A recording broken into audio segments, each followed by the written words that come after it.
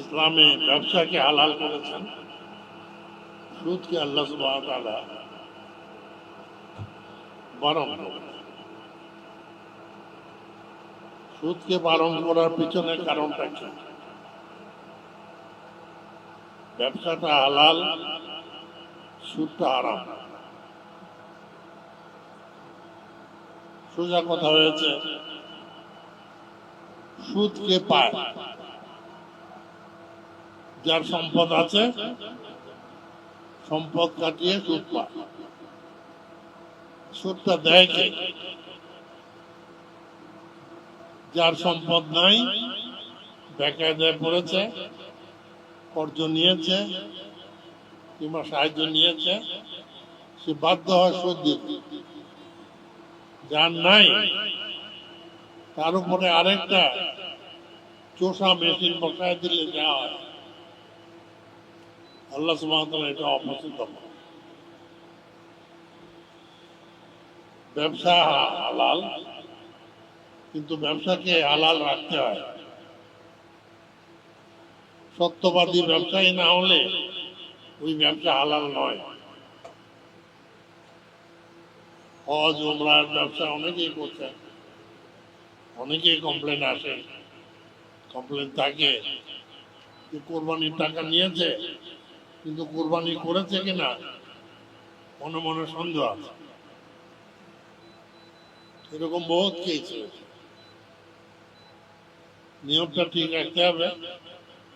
আল্লাহ সুবহানাহু ওয়া তাআলা যেমনি ভাবে চলবার ডাইরেকশন দিয়েছেন সেভাবে চলতে হবে।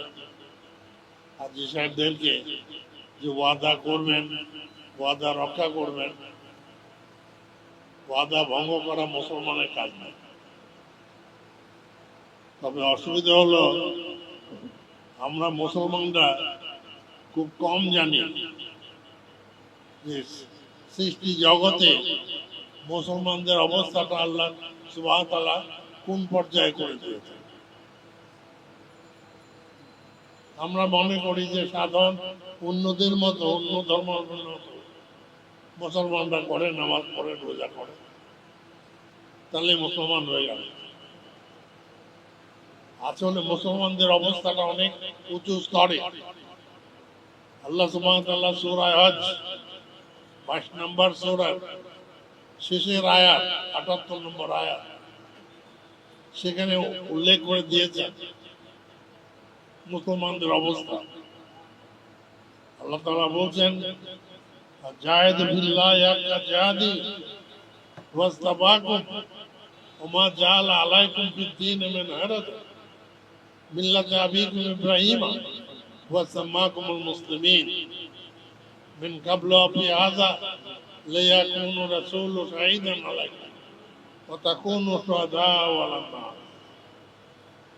আল্লাহ বলছেন যে আমি মানুষের মধ্যে এক দলকে নির্দিষ্ট করলাম, তারা আমার নির্ধারিত পথে নিজেদেরকে গড়ে তুলবে। ধর্মীয় অনুশাসনে কোন রকম হ্যারাসমেন্ট রাখা হয় নাই, শৌখিনতা রাখা হয় নাই। মিল্লাতে আবিকুম ইব্রাহিম, তারা ইব্রাহিমকে যে ধর্মীয় অনুশাসন পালন করতে নির্দেশ দিয়েছিলাম সেটাই পালন করবে, নতুন কিছু না। ওয়া সাম্মাকুমুল মুসলিমিন, তাদের নাম রাখা হলো মুসলমান। অবশ্য অনেক তাফসীরকারক হুয়া শব্দকে নিয়ে গোলমাল করেছেন।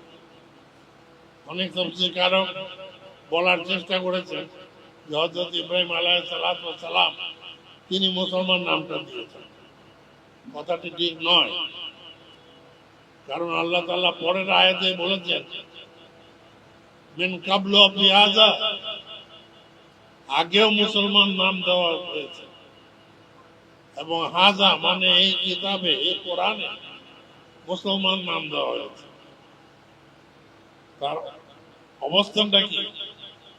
লিয়াকুনু রাসূলু শাহীদান আলাইকুম, নবী করিম সাল্লাল্লাহু আলাইহি সাল্লাম হবেন মুসলমানরা এই দুনিয়াতে কি কাজকর্ম করছে, ভালো করছে কি মন্দ করছে, তার সাক্ষী নবী করিম সাল্লাল্লাহু আলাইহি ওয়াসাল্লাম। কথা কোন সুয়াদাওয়ালা নাস, আর মুসলমানরা হবে সারা বিশ্বের মানুষের কি কাজকর্ম করেছে, কি ন্যায় অন্যায় করেছে, তার জন্য আল্লাহ সুবহানাহু ওয়া তাআলার কাছে সাক্ষী। তাহলে মুসলমানের অবস্থানটা রয়েছে নবী রাসূলদের পরে। তাহলে ব্যবসা করতে গেলে সৎ হতে হবে, মনে মনে না, দিল দিয়ে ইমানের সঙ্গে সত্যবাদী হতে হবে। কেউ যেন কোন রকমের ফাঁকিবাজির আশ্রয় না দেয়। আল্লাহ সুবহানাহু ওয়া তাআলা তৌফিক দিয়েছে। অনেকেই হয়তো হজের বিজনেস করার চেষ্টা করে, সবাই পায় না। তো যখন তুমি পেয়েছো, তুমি এটাকে ওইভাবে আল্লাহ সুবহানাহু ওয়া তাআলার তরফ থেকে রহমত হিসাবে পাওয়ার চিন্তা করবো এবং সততা বজায় রাখবে। টাকা পয়সার লেনদেন খুব ভালো জিনিস, আবার খুব খারাপ জিনিস। কারণ দুনিয়া সম্পর্কে দুটো হাদিস আছে। একটা হাদিস হলো আর দুনিয়া জিফাতুন ফাতুল্লাহ ইতিলাম, দুনিয়াটা একটা মরা গরুর দেহ, আর মানুষ শিয়াল কুকুরের মতো এটা নিয়ে টানাটানি করে। অর্থাৎ দুনিয়ার খারাপ দিকটা আল্লাহ তাআলা বলেন। আরেকটি জিনিস হলো আর দুনিয়া মাজারাতুল আখিরাত, দুনিয়াটাই হলো আখিরাতের শস্য ক্ষেত্র। দুনিয়াটা যদি ভালো করে চলে, ভালো করে চালাও, দুনিয়াতে সত্যবাদী থাকো, সৎ ব্যবসা করো, সৎ চিন্তা করো, আল্লাহ সুবহানাহু ওয়া তাআলার যে সমস্ত নির্দেশ রয়েছে সেটা মেনে চলো, তাহলে দুনিয়ার যে ভালো জায়গা। আর দ্বিতীয়টা আল্লাহ সুবহানাহু